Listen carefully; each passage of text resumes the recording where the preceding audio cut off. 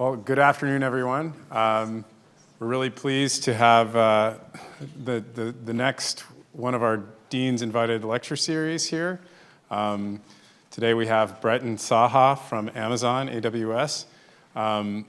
This series really is intended to emphasize the opportunities for connections between the School of Engineering and Yale and industry. And our conversations today with Bratin have really driven home that point. We've been jumping from topic to topic, all kinds of different ways that what's going on at the university interrelates and can impact what's going on at Amazon, and certainly vice versa.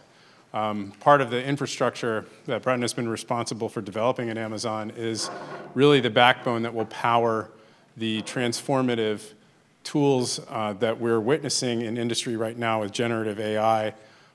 This is a massively computationally rich area, but also a massively computationally expensive and data-driven area. So what I hope we'll learn today is sort of ways that he sees a future interaction between Yale and Amazon being productive and profitable for all of us. So with that, I would love to welcome, so I will say, Bratin was, I think, Zhang Xiao's first PhD student, is that correct? Yeah. So Zhang was the chair of computer science, certainly, the whole time I've been here until this year. And it's really wonderful to see these, birds that have taken flight come back home to roost and share their experiences with us. So he's going to give an introduction and tell us a little bit about his trajectory, and then he and I will have a brief chat, and then you guys can ask him some questions. Okay, so with that, take it away. Thank you, Dean Rob. Thank you. It's nice to be back home. I spent a lot of time, a lot of days and nights at the A.K. Watson, in the zoo and other places, and it was really nice to see how the university has evolved over the last many years, thanks to leadership from Dean Brock, the Yale leadership, Zhang himself, and seeing the amount of investments that are being made in computer science and engineering. So what I want to talk about today is some ways in which we have been using generative AI and enabling customers in the enterprise to use generative AI. Today, most of the machine learning, vast majority of machine learning and AI in the world happens on AWS, happens on the infrastructure that my team builds.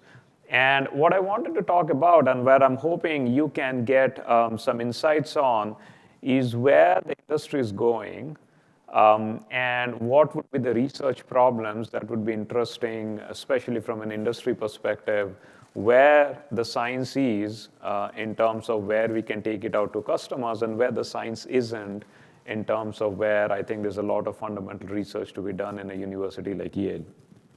So let me get started. So there really have been, a set of tipping points around generative AI. One of them has been just the astonishing increase in the amount of compute capability. If you think about IT, if you think about computer science, it was driven by Moore's law. And Moore's law said that the amount of compute is going to double every 18 months. What we have seen in AI and machine learning for the last 10 years is that compute capacity has been doubling every 3.5 months. We are going at 6 times, literally 6 times the speed of Moore's law. We are going literally at 6 times the speed at which IT used to go, and IT evolved really, really fast. Even if you look at the last 5 years, that's about 30 years of progress in IT land. And now you go back 30 years, there was no Amazon, no Google, no Facebook, no Meta, no Twitter, and so on. So this field is moving extremely fast. The other thing that has happened is the emergence of internet scale data. And I'll give you a little bit of insight into what that is doing with large language models. And then the third thing that has happened is the amount of machine learning innovation. And on the next slide, I'm going to talk to you about this. But the other thing that has also happened that I think is really interesting for Yale as a university, for students and faculty here, is the role of the cloud. Because what we have done is we have made it possible to make this compute and this data readily available to anybody that wants to use it at a very, very cheap cost. So what has this meant for innovation?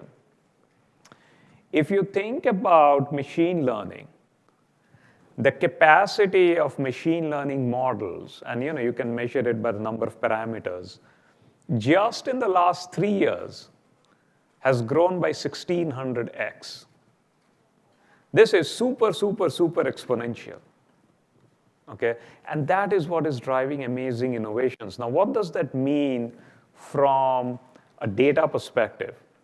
If you think about we humans, in the course of a lifetime, an average human will probably listen to about 1 billion words or 2 billion words.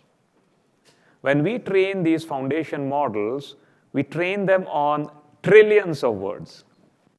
So each one of these foundation models is being trained thousands of times of data that an average human will be consuming in their lifetime. If I give you another perspective on this, all of Wikipedia is about 18 gigabytes, 18 to 20 gigabytes. When we train these models, we train them on trillions, on terabytes of data. And that means that you're putting in the knowledge of thousands of Wikipedias into one of these models. And that is what is triggering this amazing innovation that is coming on in generative AI. Now, there's a lot of research to be done in terms of making it really deployable at scale in the industry, and some of that is what I'm going to talk about. So this innovation can transform industries. It will transform industries. And I'll give you a little bit of sense of some of the places where we are doing this. So let me start with Amazon Code Whisperer. This is a software development tool that is based on generative AI. Okay? We have seen a lot of companies now start using this tool. So let me actually show you how this works. So all you are doing is, as a programmer, you're just writing comments. You're just putting in English language text. So the programmer came in and said, just write me a program to upload a file from S3, okay, using server-side encryption. Then Code Whisperer takes this command, and then Code Whisperer is just going to come in and generate this file by itself. This is all automatically generated. As a programmer, you just have to write this English stuff. Okay? And then Code Whisperer will give you a few hints about it. And then you come in, and this is another Java thing, and all you're doing is, you're writing this. It went too fast. It said create some stuff, and Code Whisperer is going to basically create the entire function for you. Okay? And what we have seen, so this is what that programmer writes: create a function to do this, and it will generate the entire function for you. Okay, and then you can go in and run some checks and so on and so forth. So what does that mean? What does this mean for the software development industry, and what does it mean for a university like Yale? We have studies that show people that are using Code Whisperer-like tools are about 50% more productive than people who don't, because you're not doing your own coding. But there's something more profound going on. And these tools, by the way, are going to keep getting better every year.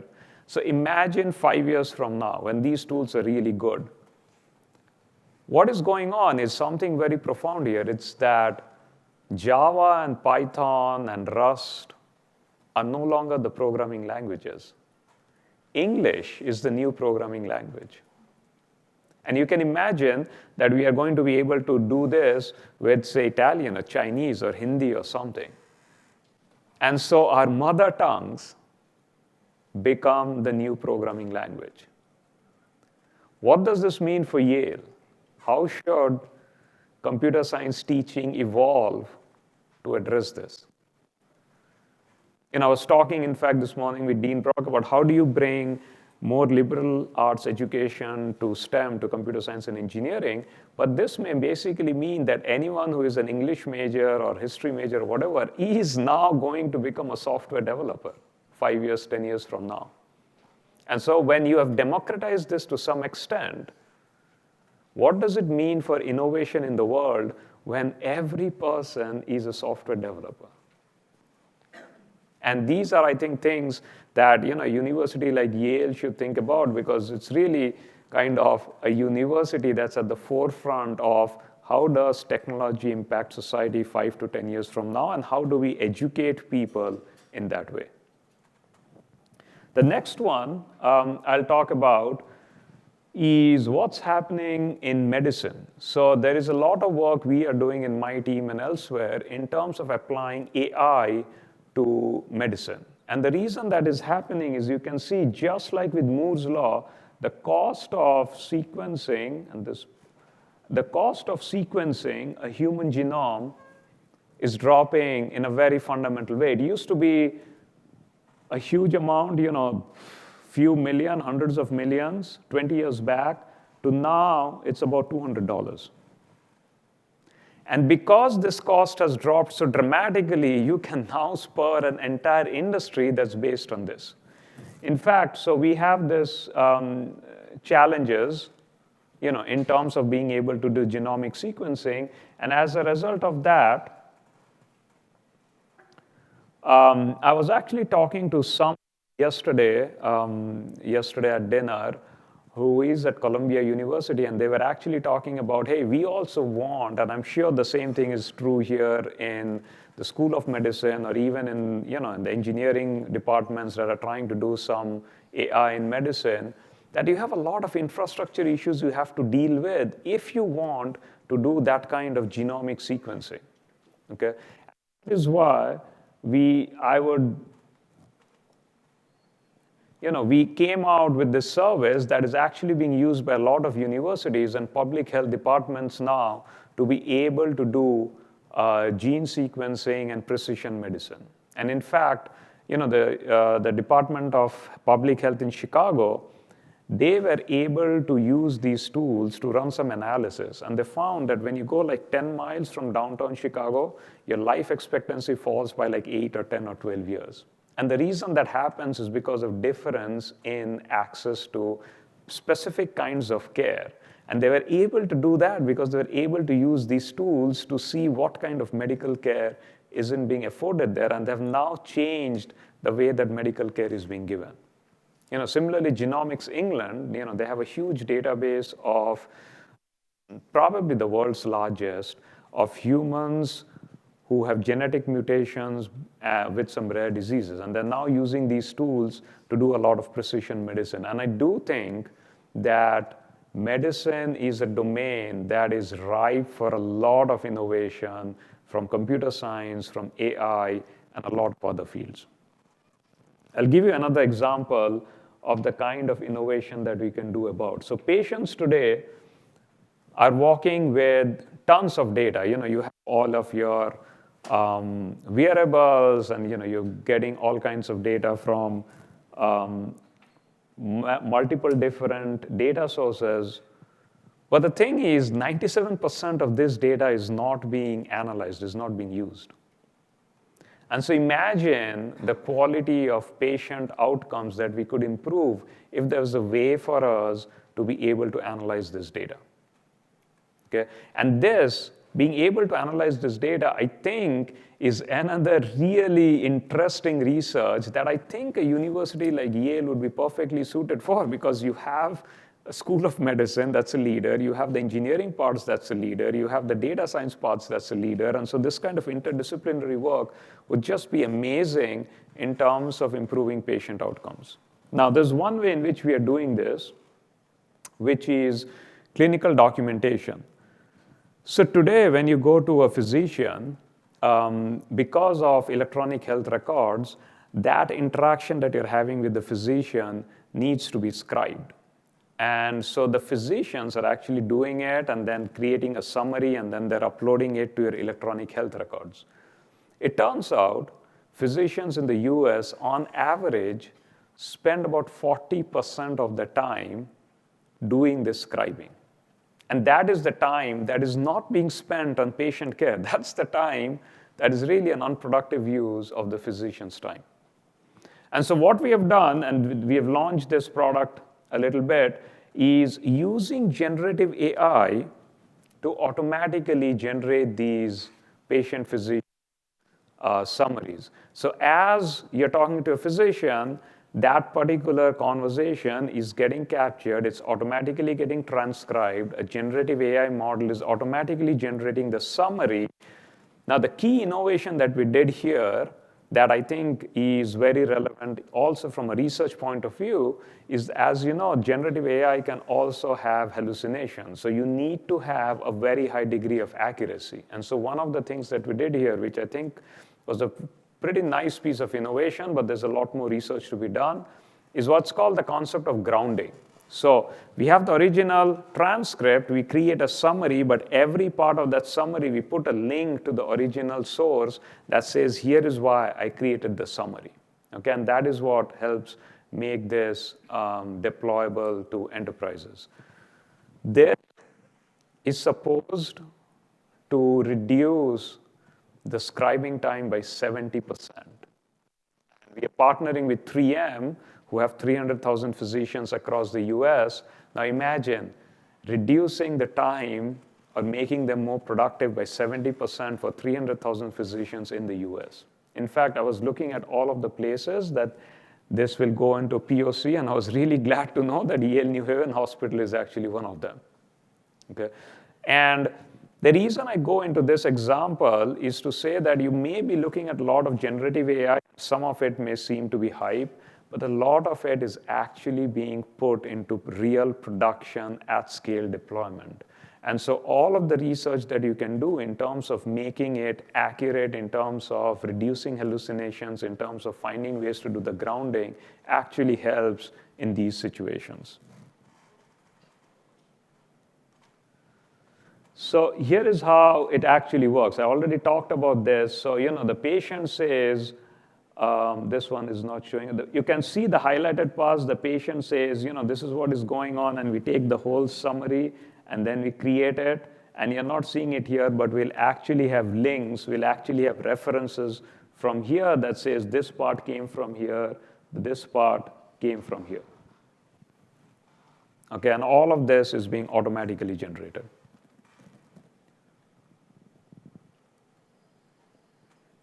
So what do you need to do generative AI in the enterprise?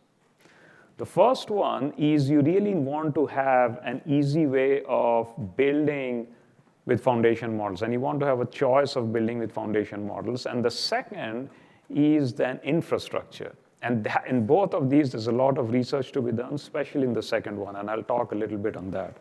So the first one was the kind of models that you can use. You can use Bedrock. There's a bunch of other stuff to use.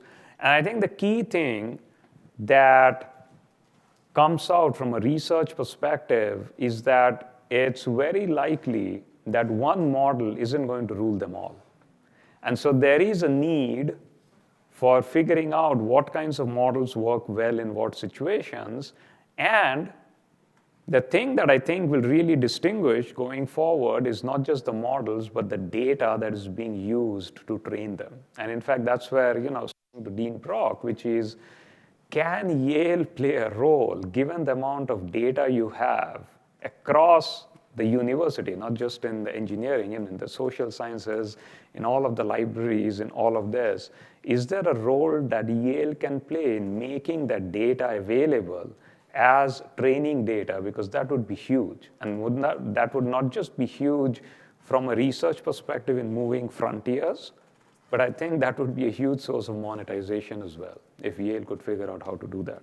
So the first thing in here is the set of models, and we have some of the most state-of-the-art models that you can play with. And then there are a lot more models that are available on SageMaker Jumpstart. Now, foundation models can do a lot of natural language interaction with you.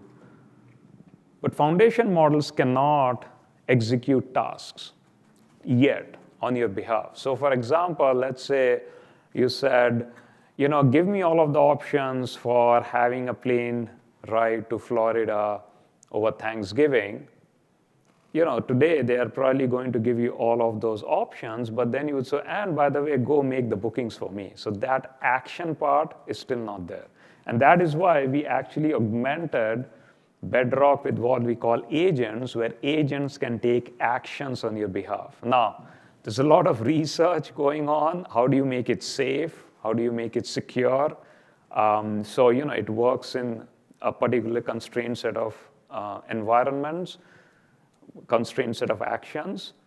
And so there's a lot of research to be done here, but you can clearly see that is where the world is headed. You can clearly see that you're going to be having some kind of a personal assistant and say, hey, I need these to be bought, go get this from the web. And so this notion of having actions and assistants, all of this is coming. And so there's a lot of really interesting research to be done in terms of how do you secure it, how do you ensure privacy of the data, how do you ensure that the actions being taken are well-meaning, and so on and so forth.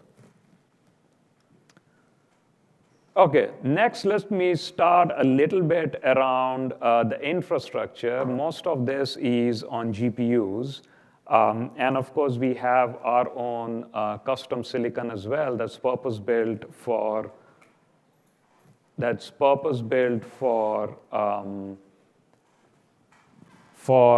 generative AI, and there's just a ton of work to be done. There's a ton of systems research to be done in making this more efficient. Even now, customers spend even now, there's a lot of investment to be done in training these models, and at every layer, at the hardware layer, at the system software layer, at the tooling layer, there's a ton of innovation to be done in terms of figuring out how we make this a lot more efficient. And we have some ideas, but if people are looking for interesting research ideas, this is where there's a lot of work to be done.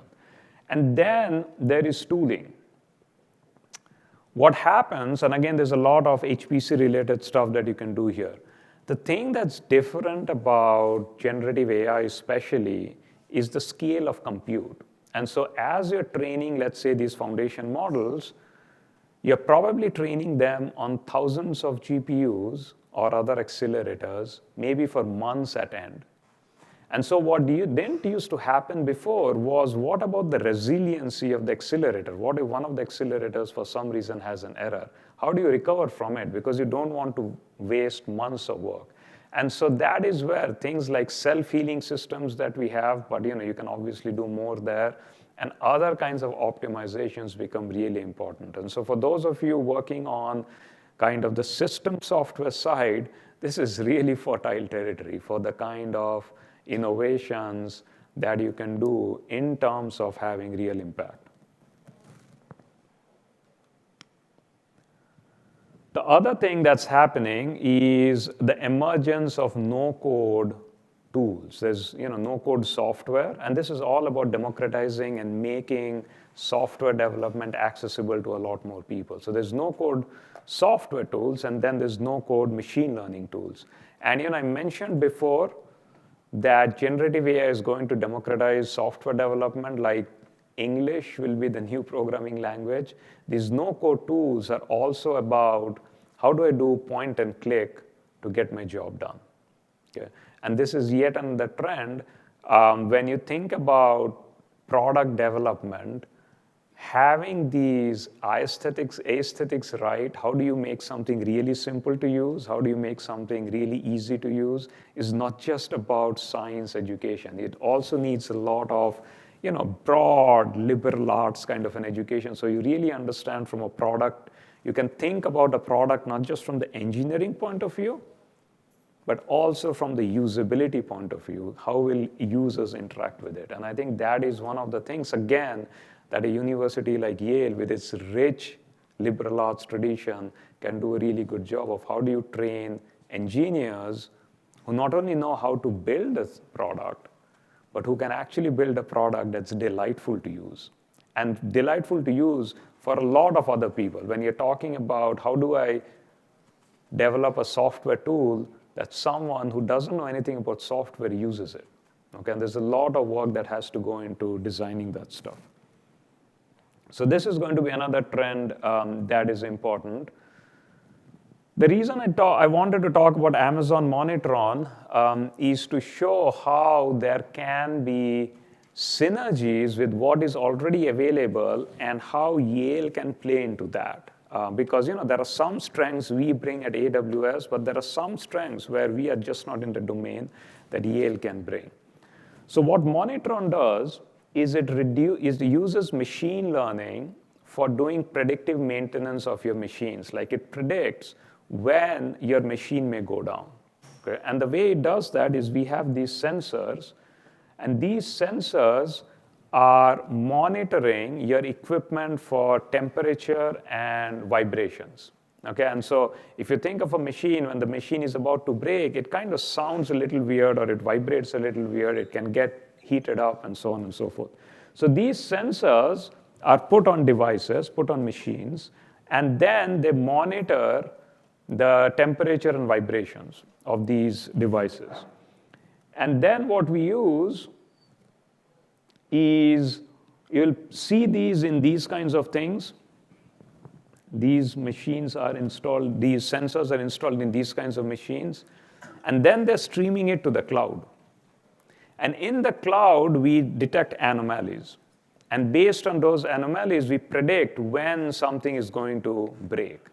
And so there are a lot of companies, this is Baxter, but Baxter, SKF, and a bunch of other companies, Coke, that are actually using these for predicting when their equipment will fail. Now here's something interesting. I was actually talking about this, as I mentioned, I was talking to some people from the Yale School of Medicine yesterday, and they said, well, do you have anomaly detection that we could use to predict strokes? Now you can imagine these sensors are actually sending data to the cloud that is a time series data where we are predicting anomalies. Now you can use those predicting anomalies in our case to detect when a machine is going to break, but you can imagine you can do this for other kinds of time series data as well, one of which could be health data. Now where could AWS and Yale play really well with each other? If you have to do this work, and if you have to do this research, you need an infrastructure that will be able to take data from millions and billions of people, be scalable, be robust and efficient, and do all of that anomaly detection. We have that infrastructure here. What someone else could do is say, look, here is the domain expertise. Here is what the data looks like in a normal person. Here is where the anomalies come in when someone is going to fall sick. So you could then marry that domain expertise with our infrastructure, and then together we could build some really interesting things. And by the way, I was talking to people, and this is probably applicable even to the School of Engineering, is we have similar things for image processing. So you can imagine that you could have radiology images being uploaded and detect anomalies. Now, there's two aspects to that. You have to build the infrastructure, which we have, and then someone has to do the research that sits on top, and then together you end up with some remarkable systems.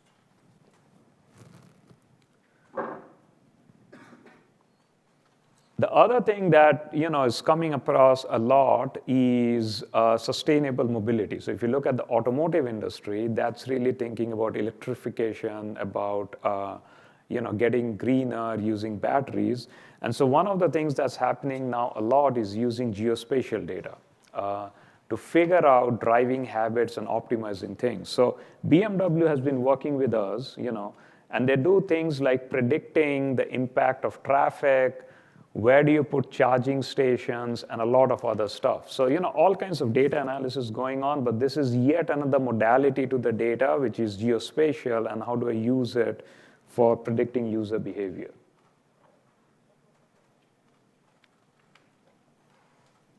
And so, they're basically looking at this for predicting affinity for electric vehicles, depending on driving tendencies and where people do their drivings.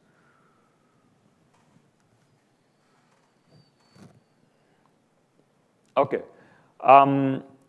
This, I talked about all of the applications. First about the rapid rate at which science is going, then about all of the applications, then where there are still research problems in doing that. And then the fourth, this one, is yet another place where there's a lot of research to be done, but a lot of interdisciplinary research to be done, which again, knowing the heritage of Yale, is a great place for Yale to be in. Because AI is going to, the spending on AI is going to just go astronomical. I mean, you can look at all kinds of estimates. Those estimates are always hundreds of billions or trillions. So it's going to be a pretty large industry. But there's also a need to be able to use it responsibly, to be able to put in the right amount of guardrails in it. And that is what is not just a computer science problem. That's a computer science with public policy, with there are legal implications of it. And so that is a holistic thing. And I think that is where, again, universities can play a big role, especially in bringing interdisciplinary work. There's just a ton of research that can be done here in terms of, this is the core computer science part of it, in terms of fairness, bias detection, toxicity, and so on. In terms of explainability, why is the model behaving the way it is behaving? In terms of robustness, how do you make it safer from all kinds of injection attacks and so on and so forth? In terms of privacy, governance, and so on. So especially with generative AI, especially with large language models, there's a lot of work to be done in this. But there's also a lot of work. So we do this, and if you want to get a sense of what is useful to industry, take a look at some of these service cards, because they talk about how customers approach this problem and how customers would like to get insights into these problems. But it's just not there, because there's a lot of work on regulatory agencies now. There's a regulation called ISO 42001 that is making its way through in terms of how you regulate or how you work on AI and ML. And that's all great place for a lot of interdisciplinary work to be done. That's going to have a huge impact on how we deal with AI and ML. Finally, I want to talk about a couple of things that we do. In my team, we also run the Amazon Research Awards. And we have awarded over $35 million in support of research. And in the last, 8 years, we have funded more than 220 universities in about 40 countries. So, it's a pretty global spread. It's actually funding that we also do to Yale. So I know that at this point, we have actually two grants going on. One with, I think, in the genomics department, and the lower one is probably in the computer science department. But this happens every year. So if people have good ideas, submit to these. And in addition, because this is getting so interesting, we're also investing $100 million in helping customers take generative AI projects from concepts to production. And so these are all really good areas to be focusing on in terms of your projects, in terms of your research, in terms of enabling things. So that's all I have, and then happy to take questions. But really, the key areas I would talk about is foundation models, and there'll be a multiplicity of models. There's some research to be done there. The infrastructure, so we can actually reduce the cost by orders of magnitude, make it much more accessible. The kind of applications, I talked about healthcare, I talked about software development, but contact centers, industrial manufacturing, document processing, all of these are going to get innovations. And then finally, education and training. There's actually a really interesting work that showed, this was done by BCG. So we did a work with Accenture that showed, if you use generative AI, you become up to 50% more productive. BCG did similar work. They actually got similar results in terms of productivity. But one of the interesting insights that came out of their research was that for beginners, the jump in productivity was much higher. Okay? And so think of it as if you are a new software engineer going to a company, you take a long time. In fact, I was talking to Dean Brock about these, we have these Amazon universities and all that, which is we are trying to get people up familiar with the infrastructure we have. And that's a long ramp-up process. Imagine if things are getting automated, that becomes much easier. So it's actually a great leveler in terms of how you upskill employees. Now, if generative AI is a great new tool for upskilling employees, ultimately a university's job is to upskill society. And so I think it's really important for universities, especially eminent universities like Yale, to think about what would upskilling society, upskilling students 10 to 15 years from now look like. Okay? And the question and the thought that I would leave you with is if Yale were founded today, how would it be run? How would all of these technology be integrated into how you operate? Okay? That's all I have.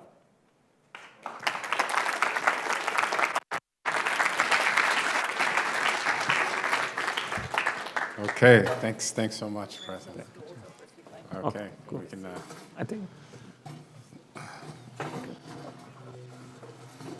So I think a question to this last point that I would love to know is so let's say we were designing this new version of Yale, and one of the first things we wanted to do was to teach kind of a flagship course called Generative AI for, I don't know, for undergraduates, for non-majors or something like that. What would be the elements you would include, and how would you bring this kind of larger population into this sphere of what I think people are a little worried about may be kind of seen as exclusive in some way?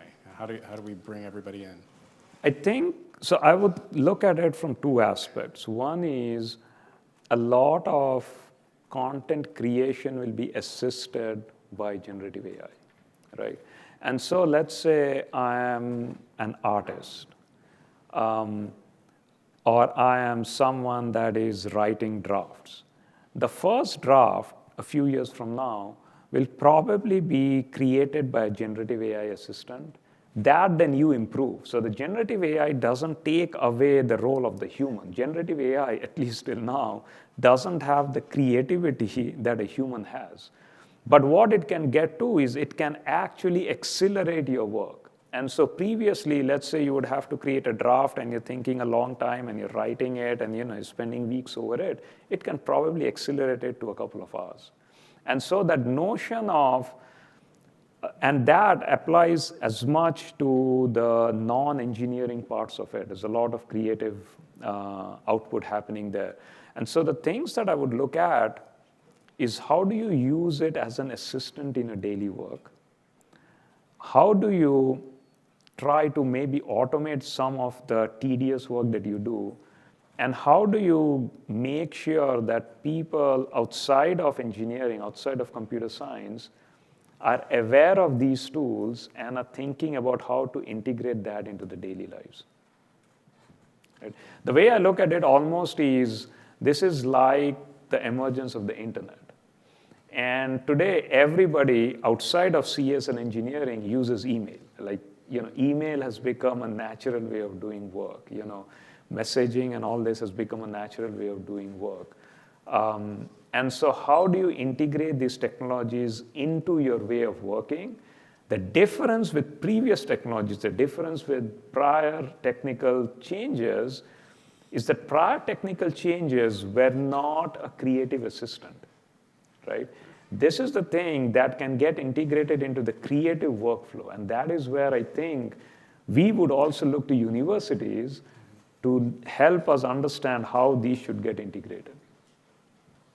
So like the emergence of the calculator, there was a lot of anxiety about how this is going to change the way we think about education.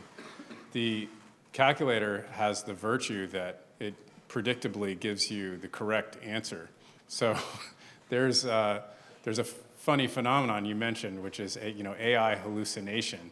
Are we, and I think those of us in science and engineering are kind of particularly unnerved by this. So you ask generative AI a question that has to do with a research topic, and sometimes it just gives you the wrong answer. So bogus answers, yeah. And it sometimes gives you that answer in a very expert-like way. Exactly. It sounds like the right answer. What's your sort of response to that in terms of what you're seeing in the research front? Can we ameliorate that? Can we think about it in a way that makes it sort of seem like more of a bona fide research tool for serious engineering? Yeah. So I think there's a lot of research going on in how you deal with that and how you mitigate that. There are techniques like RAG, retrieval augmented generation, that reduce it to a large extent. Some of the grounding things that say, okay, I generated it, but I got it from here. So it's kind of an accelerator. You look at the output, you don't completely rely on it, but you can quickly check it, right? So I think those are there, and I think there's a lot of research to be done. This, I think, is a really good area for fundamental research. And especially, I think even to a large extent, these neural nets are still not fully understood how these are operating. And I think that's a great area for university research.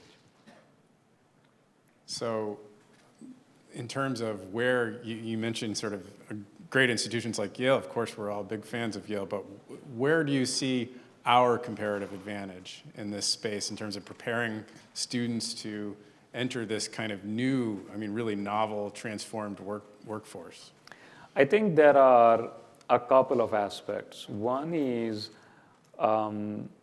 Yale has some of the best research and teaching and professors across a variety of fields. And a lot of this, applying AI to healthcare, requires collaboration between people who know medicine deeply and people who know computer science deeply and people who know engineering deeply, because you have doing these sensors and so on. There's a lot of implications on society and public policy. One of the examples that I would love to see, and we would love to collaborate on that, is there are customers who say, I have all kinds of legal contracts that I sign with everyone. Can you quickly, if I upload 3 or 4 of these legal contracts, can you quickly tell me if there are conflicting portions in there, right?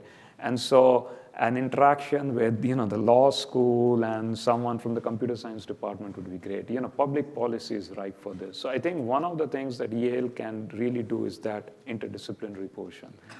And then the second part, which I think a university like Yale can do, that is probably generally true of a lot of universities, but I think more true of Yale, because Yale has this really strong theoretical foundations to everything that it has done, is really furthering the understanding at a theoretical basic level of what is going on with some of these neural nets. And as you were saying, Dean Brock, I think there's a lot of need to get into the system side, because when you get into the system side, you're truly impacting society and shipping products. But I think without losing that core theoretical strength, because someone has to do that for us to really truly understand these systems. Yeah. Yes. All right. Well, very good. I think I've exhausted my short list of questions, but I know there must be many in the audience. Is there anyone who... Okay, your first hand up in the front row here. Oh, here comes a mic. Oh, perfect. Hi, my name is Neil Sachdeva. I'm an undergrad studying computer science. I interned at AWS this past summer in Santa Clara. Okay. So good to meet you as my boss. Yeah. My question, which I got asked by family and friends for the past few months, was where is AWS in the conversation of, where is AWS's ChatGPT? So maybe you could discuss, and you mentioned in your roadmap earlier, just highlight some of AWS's strengths in that moving forward. I think our key strength is making systems fit for enterprise usage, right? Now, I won't say it's easy, but it's one thing to get something out that a lot of consumers can use. But when you're thinking about an enterprise setting, you really have a very different bar in terms of robustness, in terms of accuracy, and so on and so forth, right? And so now you're seeing, I'll give you an example. Think of Code Whisperer that I talked about. You can, and other companies have, come out with tools of, here is how you use generative AI for software.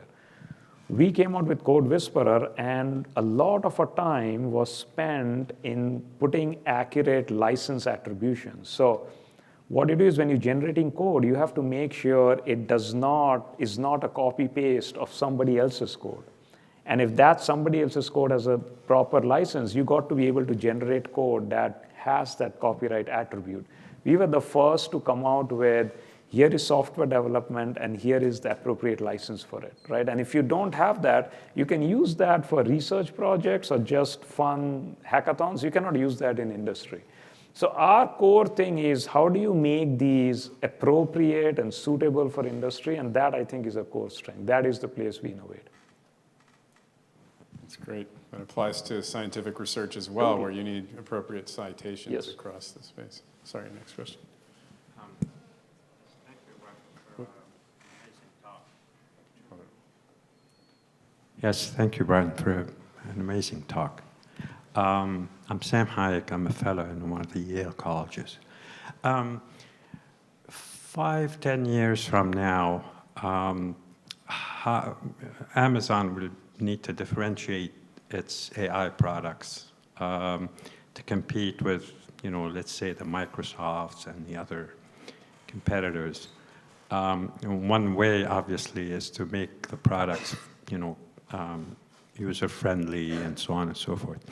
I'm concerned about not for Amazon itself, but all the players, about the integrity of the fundamental data.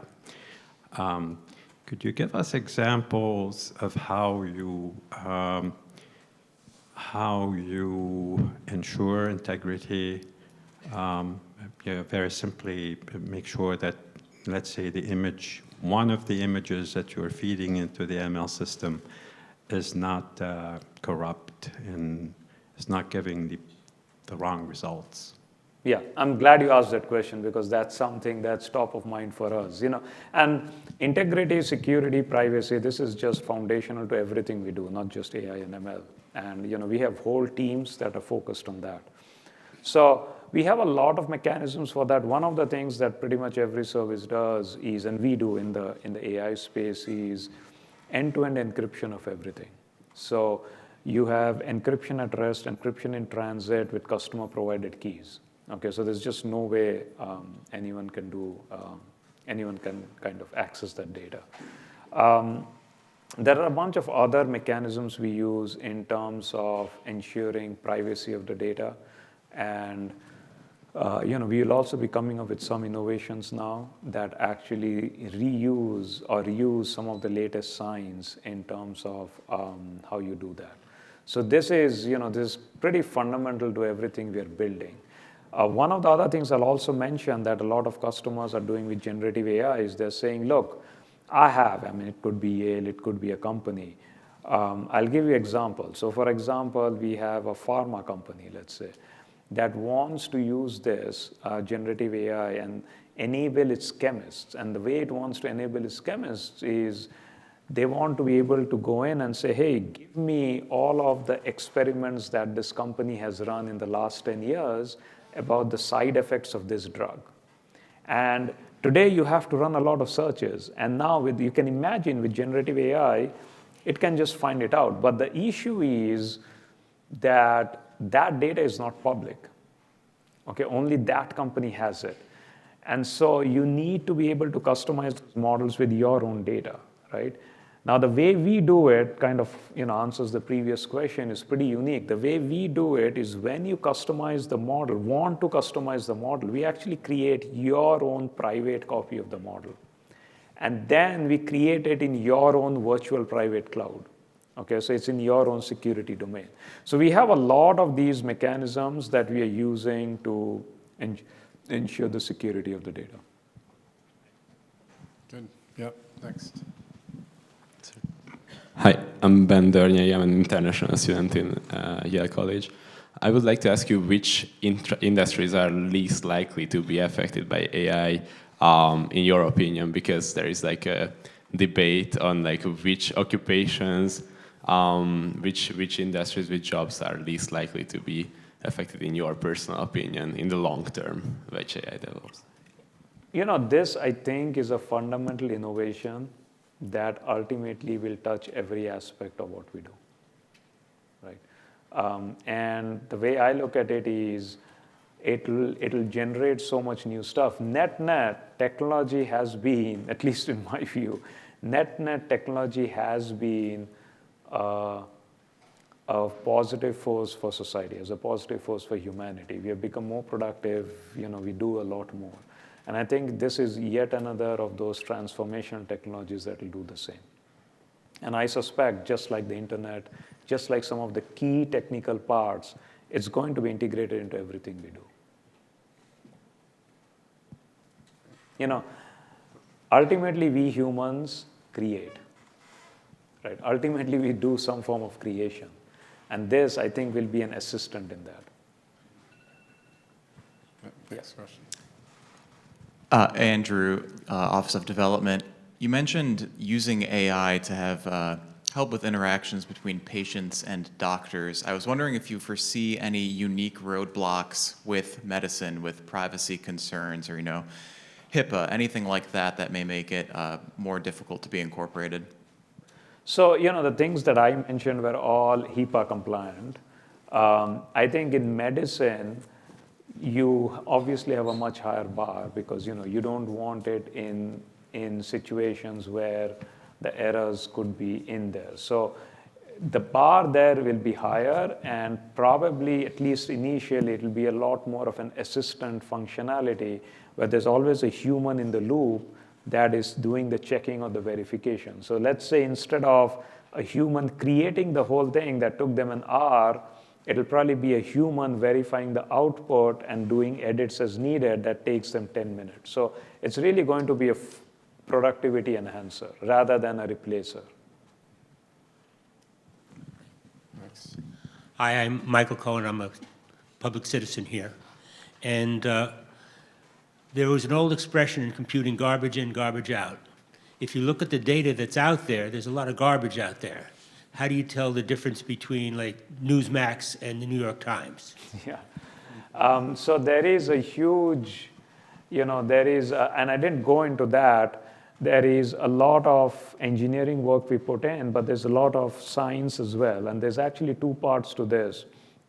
So when we train our models, we have an entire team that is curating the data. So that's curating the data not just for the kind of content, but also for things like bias and toxicity and so on. So you don't want to train the model with inappropriate data of all kinds, right? So that's one aspect of it. And we have huge teams that are working on that, like, lots of people whose job solely is to not just collect the data, but verify it, okay? But I also think there's a lot of research to be done. Now, there's a second aspect of that, which is how do you use the minimum amount of data to get the desired outcome, right?